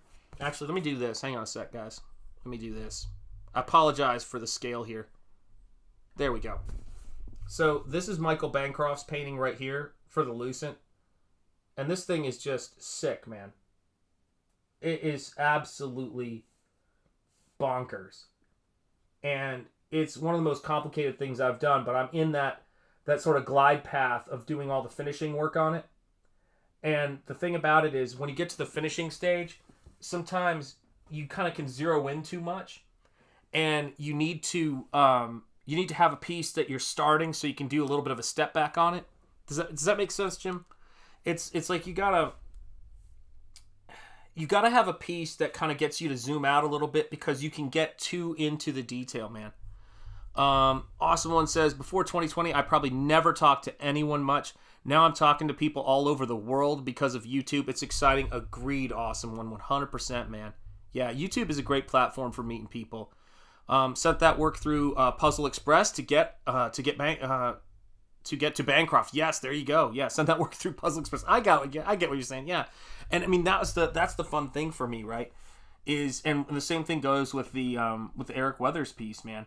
Like these guys are my sort of my artist brothers, my creativity and storytelling brothers, and so doing this stuff is a really fun part of to me what being in this space of creativity is about. I want Shanth Enjeti Art to be a really fun place for people who like monsters. Oh, whoops! I just realized I gotta shrink myself back down. Holy cow, is that a disturbing sight to see? There we go. Whew. Good Lord. Looked at the screen and I was like, it's a horror show, as we say in New England. But I want this to be a place where, people come and they see monsters and they see creatures and they see all of this kind of stuff here because I love it. Like, there's so much stuff.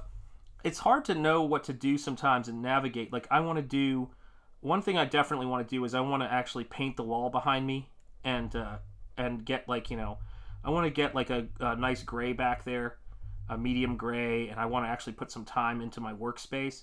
I haven't been able to do it because I've got so many dang things going on, but this is important stuff I want to make sure I do because there's so many things I want to talk about. And there's so many things that, just in terms of art, and there's so many things I want to do to improve this space. Things I did when I was teaching. I used to paint classrooms and do all this crazy stuff because I was just one of those teachers. And I've realized more and more that that's something I really want to bring to what I'm doing here. And so, yeah, so I was just like, oh, there's so many things I'm excited about. And just see what sticks, throw it all against the wall and see what sticks. I mean, the only thing I know that is going to definitely be a constant on this channel is, of course, live art streams, because I just love doing them, and it's just what I'm most comfortable doing is drawing and sharing that stuff with you guys. Do you know what I mean? And that's the stuff that makes it fun. How do you think we felt? Yeah, just kidding. Yeah, we don't want Shanth to get a big head. Phew. Yeah, exactly. That's right, man. You guys are so funny, man. Oh my God. Yeah, don't worry about that. Oh, that felt good. My goodness. Yeah, I've got teenagers. They'll keep you in check. Let me tell you. But it's I don't know, man. It's so cool to be able to hang with you guys and to be making this stuff. And I've always thought that I have so many great inspirations on YouTube for, I don't want to say, because I don't think you can ever do what somebody else does on YouTube. But when I watch the Grim Life Collective and I watch Townsend's, they make me excited for just the possibilities being out there. And that's the coolest thing, because I don't know where things are meant to go. And what's great about them is they always talk about that. They go, we didn't know that 18th century cooking was going to be our bread and butter, and then our first video, which was on how to make fried chicken 18th century style or whatever, hit 1 million views, and we were like, what? Something just happened here. That's how it goes. When Nosfero funded, I was like, what just happened here? Like, what is going on? It's just, I knew it was going to fund, but because I had funded 2 other art books, I was confident at least it would fund. But I had no idea that it was going to still be funding and that it was going to turn into what it's turned into, which is just, the best thing I've ever made. So, yeah, killer stuff, guys. Let's see what else we got here. Jim Cox, you were a little too good at these draw streams. Chat takes up more of your time than it should. Yeah, that's right. Oh, my gosh. You guys are fun. Yeah, seriously, guys, you guys keep me company, and that can't be overstated.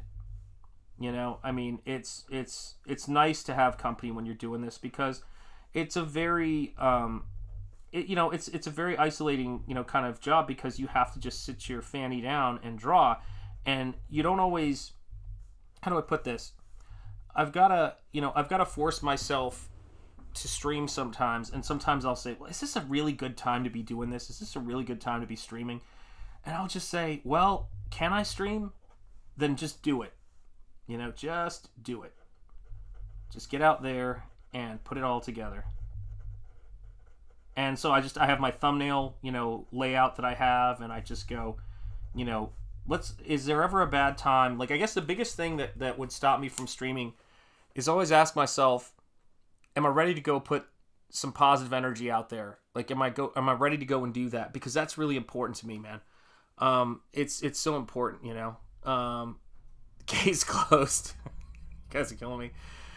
Sean's better than Bay, who totally forgets he's drawing and goes on a rant about some Pokemon or weird awesome thing. Yeah, but see, I watch those streams. I love those streams, man. Those are great streams. I love watching other people draw because it's I don't have to do the work. But yeah, I don't know. Yeah, it's a strange thing. Like, I did not notice that it was weird to talk and draw until people pointed it out, and I started thinking that can't be true. You know, like, I think other people do it, because all I knew, and I'm not trying to be ridiculous here, but all I knew was Bob Ross. Like, the only person I ever saw do any kind of video stuff where they were drawing was Bob Ross, where he was painting, I guess. And so I just assumed it was like, that's what you had to do. Does that make sense? And Bob Ross is still, he crushes it on YouTube, man. From the grave, Bob Ross is destroying everybody. And I don't know, he always made me feel you know, positive, man, about things, and I always thought, yeah, that's a way to be. And I mean, it resonated with me, because you know how it is, man. It's like whatever's going on in your life, you know, which is usually there's usually more going on in people's lives than they can even express to a stranger, you know.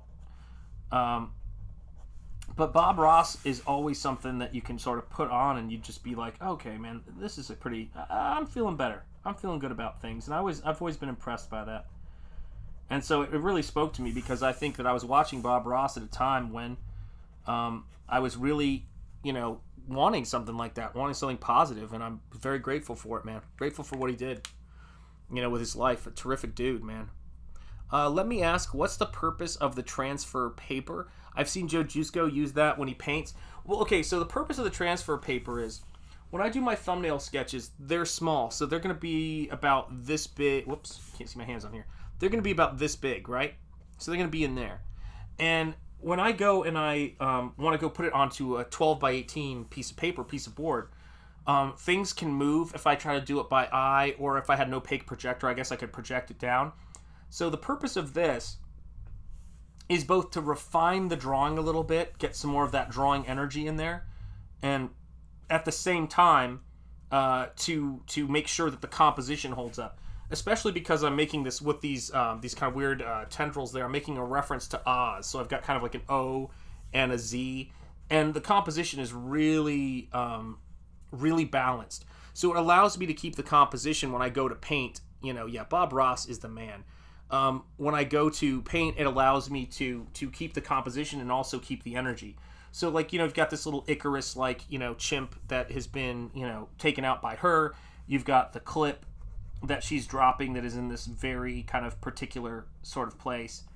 And it's just like, it's the same thing. I mean, God, this has evolved as I've painted it, because it's a way more, this painting is absurd.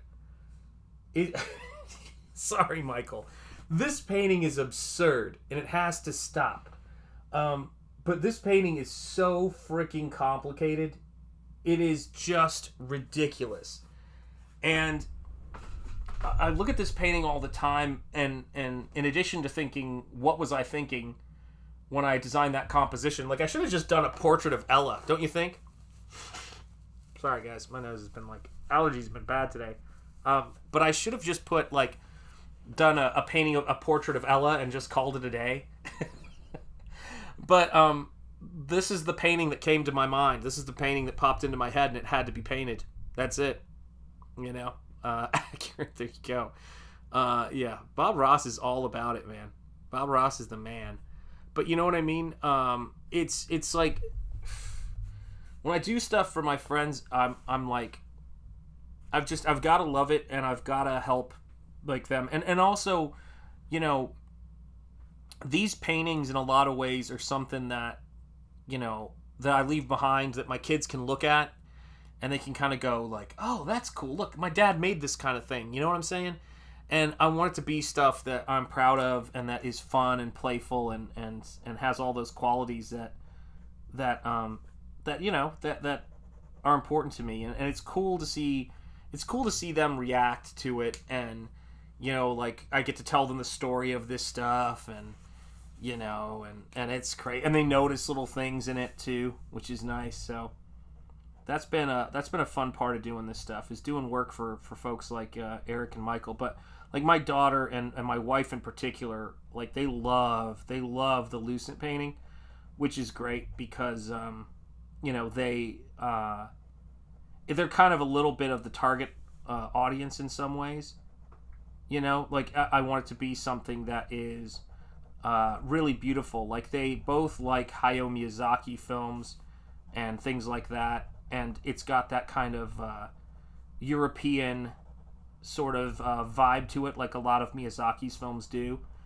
And so they've really responded to that painting. And in the last like week or so, the biggest thing I ran into in that painting was I was trying to get the value compression where it needed to be, because the value compression wasn't, or the value range wasn't where it needed to be. And so one of the things I did is I'll take this painting right like this, and actually let me see, let me go to new scene, and then let me switch it to here. There we go. All right, so let me show this to you guys. So I'll take a painting like this, and then I will tilt it like this. And by tilting it at an angle and flattening it out, you could actually see the value range better because it compresses it. Do you guys see what I mean? So you can see the rhythm of the painting when you put it at an angle like that.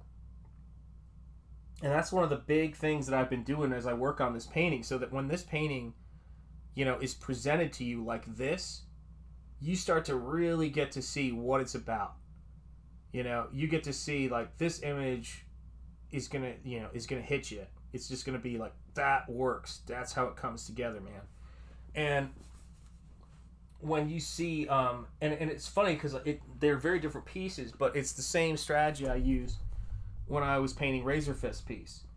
You can see the overall flow of the piece, and you can see the value range, the compression, really nicely when I do this, so that when I rotate it up, you start to see like what the world of this painting is about. Did you get what I'm saying? And if somebody has this in their house, you know what I mean? It's like they're gonna it's hopefully gonna be something that just brings beauty into their life. Hopefully it's Razor Fist, because I know he's got first refusal on it, but that's the stuff that that's the stuff I love about what I do. That's the stuff that makes it fun. Is thinking about that. So I do a tilt check on a lot of my stuff, just to make sure that the value is right and the hierarchy is where I need it to be. And so yeah, that's a big part of what I do. Oh yeah. I mean, this was something I started thinking about. Yeah, it's like looking at the trees for the forest. You're absolutely right. That is what it comes down to. But I mean, do you see how? I hope you can see how bonkers that painting is now, Mike. I hope you're starting to see how completely bonkers it is, because it's nuts. I mean, I've done some insane things in my time, but Nosfero being one of the most insane. But that painting is in the mix, man. That painting is in the mix, because there's things I did on there that it's like, they're bananas. That is the closest thing to a comic book page in terms of complexity, because there's probably, it's almost like a comic book double page spread for me with storytelling panels on it, because there's about 1,000 things happening in that painting that are just, it's next level shit, man. It's what it's got to be. John, what is up? This is what I get for not having notifications on. Yes, hit those notifications. Hello, John. How are you doing, my brother? It is great to see you, my friend. It is great to see you. But yeah, I mean, working on Eric's piece, a lot of what I'm going to be doing on this piece is inspired by the fact that my brother, Rocky Ballesteros, animator, award-winning animator, also goes by The Groomsman. He's got a YouTube channel, a great YouTube channel. He's doing a show called My Wednesday Comics now. He released a new episode today, and him and I go back to freshman year of college. He's my oldest friend. And the thing that's kind of interesting to me about it is that There we go. Sorry, just had to check in on this real quick.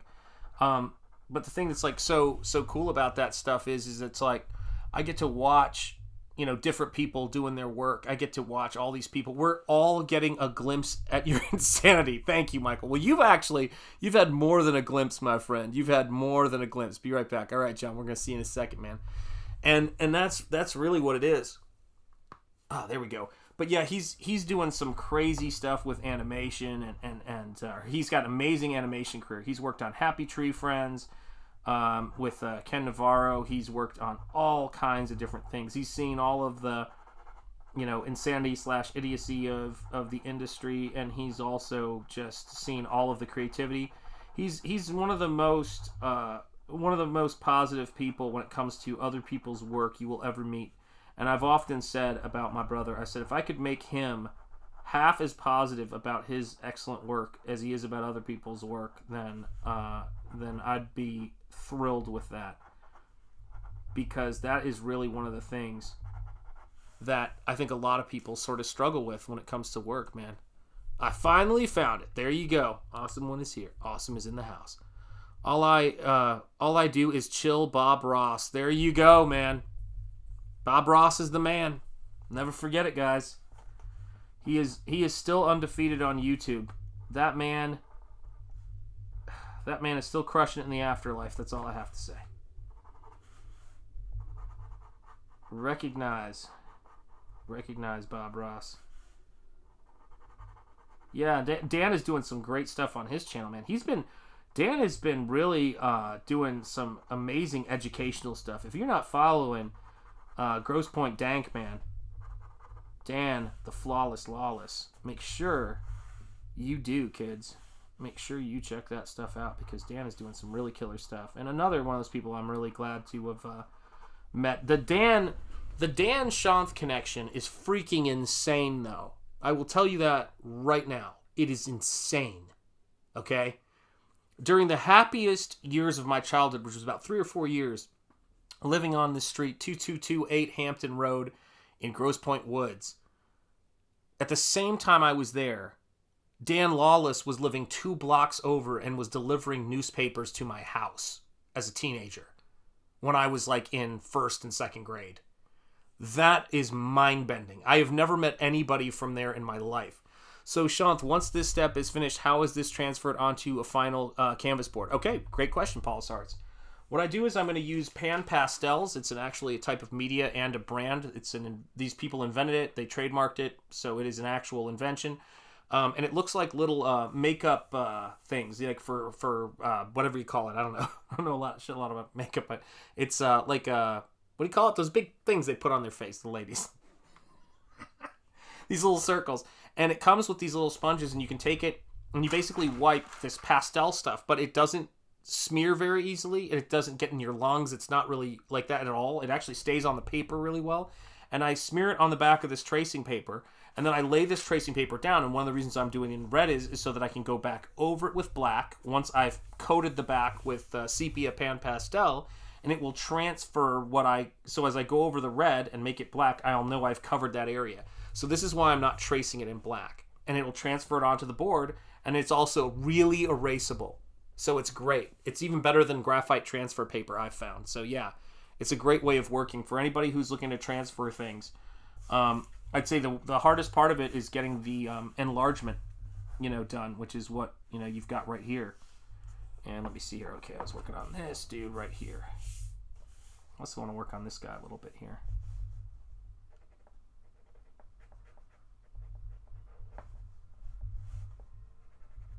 But yeah, it's a really cool process.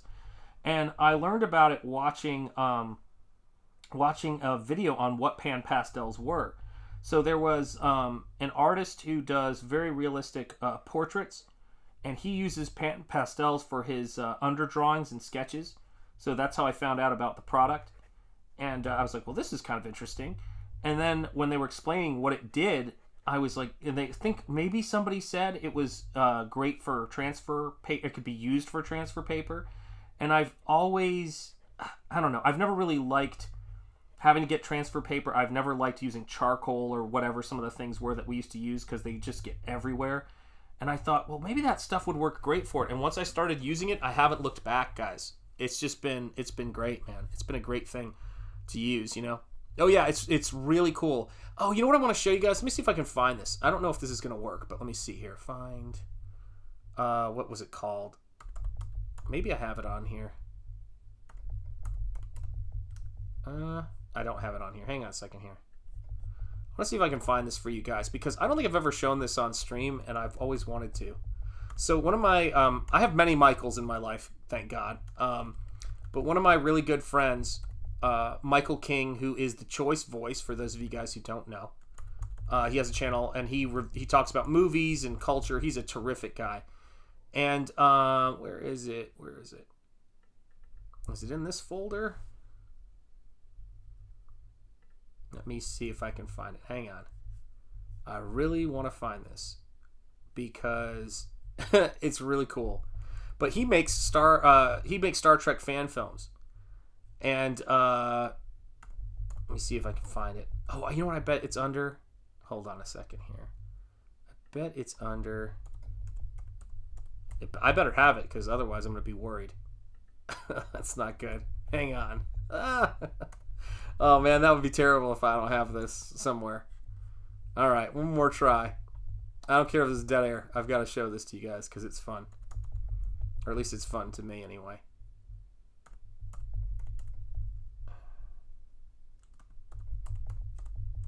Let's try this. There's the digital sketch. Okay. I'm gonna see if this is it. Hopefully I can download it. Oh, cool, this is it. Nice. Alright, so let me just see if I can find it. I'm gonna download this. Watch my internet go hinky. Apologies, guys. If you're sticking around through all of this nonsense, you've earned this.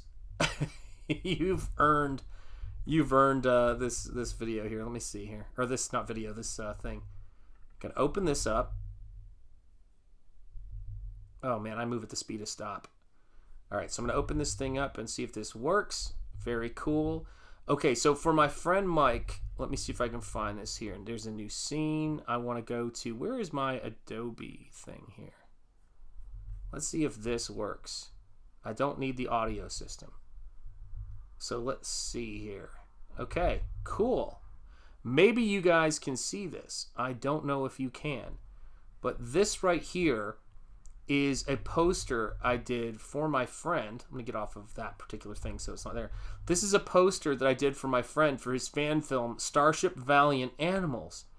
And these are the characters that I did. And this is a portrait of this. So yeah, so he does really cool stuff. So that's the actress who plays this very important character in it. There is the starship and there's all this stuff. And I met him basically online because he was doing Star Trek stuff and he was doing Star Wars stuff, and then we started talking, and then he goes, man, I would love for you to do a Starship Valiant painting someday. And I said, hey, you've got a new movie coming out, let's do it. I'll do it, you know. And so this is the lead actor there, and this is one of the costume makeup creatures they did for it, and I said, let me put it together. So yeah, that's 100%, you know, how this stuff works, guys. You know, it's like you meet people and you say, let's give it a go, let's have fun, let's see where it goes. And then of course my wife is a massive Star Trek fan, so she was really excited about it. And then I got my name in the credits as like, oh, poster artist, and my kids were like, yay, and I got to see it. So it was cute. It was just a fun thing, and he's just a great guy. We did a conversation on his channel that is like 2.5 hours of us talking about Blade because we're both massive fans of Blade. But yeah, he was the one of the few YouTubers I saw that was called out The Force Awakens when he first saw it and came on the scene. And he didn't wait around for Last Jedi. He was like, this is a total betrayal of the character of Luke Skywalker. And there were not a lot of people who got that from the jump. So it was funny. Like, I would watch his videos because they were cathartic. In the same way I was watching Ethan's. I mean, I found all those guys at about the same time, man, because it was just so frustrating. It was like a collective, you know, delusion about, you know, like that these movies were completely undercutting the story elements. Now it's like there's so many people who will say this now, but him and another Michael. Gosh, it's all Michaels in this internet world, guys. Our Michaels runneth over. But this other guy, Michael French, he does Retro Blasting, this toy channel. I found out about him through Jeff on World Class BSers way back. Gosh, we're going back to early Fandom Menace days. And he had Michael French on, and Michael was just talking about all of the story, stuff and all of these various things before a lot of people were really, aware of what was happening with that stuff.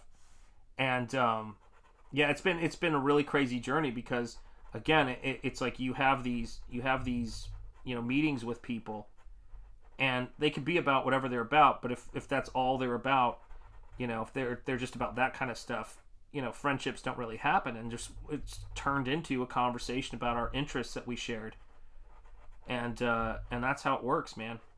So yeah, I've met a ton of Michaels since I've been on YouTube. So let that be a lesson to all of you. If you're feeling like you don't have, 6 degrees of Michaels, it's 100% true. Glad I'm not a Michael, said Mr. Monkey Boy. Yeah, sometimes it's got to be that way. Sometimes you got to be original, man. Stop being named Michael, guys. It's confusing. It is. Yeah, lots of Michaels, man. But yeah, it was such a cool thing, man. And I just was like, all right, cool. Like these guys are interesting. And then at various points I would write them, and I'd say, hey, what's up, man? And people are, generally speaking, pretty cool when you're knowledgeable about what they're doing. And you're a fellow traveler, a kindred spirit, one might say. Yeah, this will be interesting. I mean, it's the thing about sketches, you want to try to build this stuff up. I am the original. No one has my name. You're absolutely right, Mr. Monkey Boy 1969. 100% true. Sometimes I feel like a nut. Sometimes I don't. Let's see. Almond Joy has nuts. Mounds don't. Is that correct? Is that the jingle? I think that's the jingle. Was that Almond Joy and Mounds commercial? Yeah, I have this creepy thing where I can remember almost every freaking commercial I've ever seen since I was a kid, and it is quite disturbing. Yeah, toys I never owned, products I never owned. It's nuts, man. Absolutely nuts. Kind of like, again, Almond Joy. But let me know. Let me know in the chat if I'm right on that. Yep, this is Mr. Monkey Boy 1969. Yeah, yep, with a little bit of resignation about it, just like something like that. Can't remember which one is which, but it is the right candy names. There you go. All I know is coconut is disgusting. That's right, man. And listen, if you know that much, knowing is half the battle, my friend. Knowing is half the battle. Yeah, I really wanted to have a very Icarus-esque figure in this piece because I've already got that really nice compositional element where the wings of the chimpanzee are making it look like she has wings, like a Valkyrie. I think that was a really great composition solve right there. But then I also wanted to have, again, sort of playing off of that Icarus kind of thing, I wanted to have, the kind of the falling. And originally I was thinking it was going to be a chimpanzee, but you see, Eric has all this cool stuff where it's like the gorillas have these kind of bat wings, and the chimpanzees have these kinds of these feathered wings. So now part of me is thinking it could, but I kind of think the feathers work, but who knows? It could be interesting to have the that be a gorilla, just because of some of the things I've already seen is happening with the mass on this thing. It could be kind of cool, but we'll see. We'll see where it goes. I mean, with all of these paintings, and actually I'm thinking it's probably going to have to be a chimp, but I'm not positive yet because I did plan on having some feathers in the composition, that are separated from it just to give it that kind of dynamic, Yes, indeed. G.I. Joe is right, man. Knowing is half the battle. The Late Late Horror Show plays old radio shows, and that jingle was played over and over last night. Oh my God, I love it. Don't let him fool you. He stole it from Led Zeppelin. There you go. There you go, guys. Yeah, I did steal it from Led Zeppelin. Wait, why is there tracing paper? Ah, yes. So this is the transfer sheet. So this right here is probably a 400% photocopy, or I should say scan and print blow up of the sketch that I did. That was a tiny thumbnail. And then I'm going to glue that up so I can make a tracing paper transfer sheet. And so I just tighten up the drawing a little bit. And it kind of helps me, when I'm transferring it, to both tighten up the sketch and drawing, and then I can use it for reference. So I keep all of the compositional elements there. So what she's doing right here is she's just ejected a cartridge, and she's trying to reload. And this chimp is basically trying to stop her. All of these crazy metal sort of tentacles, which you guys will know what they're about if you've read the story, if you have Battle Brick Road. So it's just about creating the most pulpy, dynamic piece I can do, and it's very different because Michael's piece, to inject pulp into it, has been a real challenge because it's got a very intense kind of visuals to it. And so what I've been really trying to do is to try to just make it a mind-bending painting first and foremost. And actually it always looks better on this camera because that's set for tracing paper. But as you can see, even small, how the values compress, I just wanted it to be a mind-bending painting that works in both directions. And so I think I'm calling it now, it's an infinity painting. Like it's like doing painting a portrait of yourself with a mirror in front of you and a mirror behind you as it stretches off into infinity. That's basically what this painting is. It's freaking bonkers. But it's going to be something that people see and they're going to go, what the hell is that? I need to read that. I hope. That is the goal. And then with this, I want people to see this and go, I am going to back the Battle Brick Road poster book. I need to have that print book. It's on the campaign, battlebrickroad.com. Battle Brick Road 2, it's got a beautiful digital painting by Eric Weathers as the icon. If you have not backed it yet, guys, the link is in the description. Mods, feel free to drop a link to Battle Brick Road 2. Also, the first link in the description for this is the link to my TeePublic site. So if you have not been there yet, make sure you get over there because I've got a bunch of new shirts designs up there. I've got let me actually drop this in the chat here. I've got a shirt of the Made with Liberty in the USA. I've got a Waffle Lodge shirt there. I've got the Speakeasy shirt that says, it says Speakeasy across the front, and it also says Stay Gold and Keep the Faith on it. It's really cool. Oh yeah, like MC Escher drawings, 100%, John. Yeah. And so if you have not checked out that stuff, a lot of people were asking about the Made with Liberty in the USA icon I designed. So that is available to get on a shirt of any color. All of my designs, because TeePublic does that, you can get them in any color you want. So yeah, 100%. Yeah, it's like MC Escher drawings and like, all of that stuff, Art Nouveau. So for those of you guys who have been asking me, people were asking me about that for a long time. And I put it up on Redbubble or one of those sites. And then of course, for probably some idiotic reason I don't care to think about, they were like, they closed my account. They said, you can appeal it if you want to, but we're under no obligation to even read your appeal. And I was like, well, okay, great. Nice to know there's yet another place that is up to no good when it comes to that stuff. So finally I decided I'm going to try again. I'm going to try TeePublic, and it's been a much better experience. So, go to hell, Redbubble. And so yeah, so that's been a really good experience. Yeah, the Iron Age design it looks so good. Yeah, Escher's amazing. And my wife is a big Escher fan. Bancroft playing Mario with lag is definitely an infinity feeling. Did he fall? Did he make it across? Oh, the pressure. Oh my, yeah. The Iron Age design is really, really cool, and it's got this quality, man, that gets us, I think, hopefully gets us pumped about what we're doing. And again, that is my motto, man. Give nihilism no quarter, and it's cool. Like Razorfist was talking about on one of his gaming streams that, he doesn't see Iron Age as a hashtag. It's just, and all that other stuff, which I use it as every now and again. Sorry, Razorfist, man. Much love, brother. But that it's not some organized thing. It's this time period we're in. It's what we're calling it. Like, nobody in the Golden Age really referred to it as like, I'm a member of the Golden Age. It's just the Golden Age is what's happening. But I wanted to promote it, man. Yeah, F Redbubble then. Exactly right, man. But I wanted to do something to get people psyched, because I think that about all the stuff that's going on, because I think people, people need things to make them feel excited, and they need a way to, it sounds kind of crazy, but one of the ways in which I think we all express ourselves sometimes is shirts and hats and all of that kind of stuff. It's fun, outside of tattoos.